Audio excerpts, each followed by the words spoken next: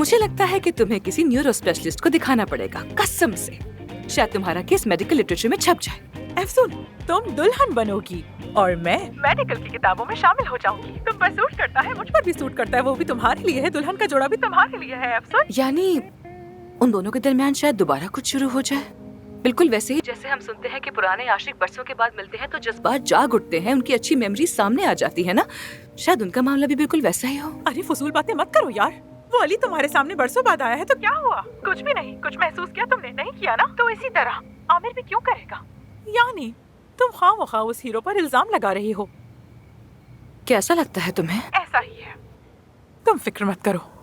एफसुन दुल्हन बन रही है, एफसुन दुल्हन बन रही है, एफसुन दुल्हन बन रही है। बंद करो फोन, बाद में बात करती हूँ।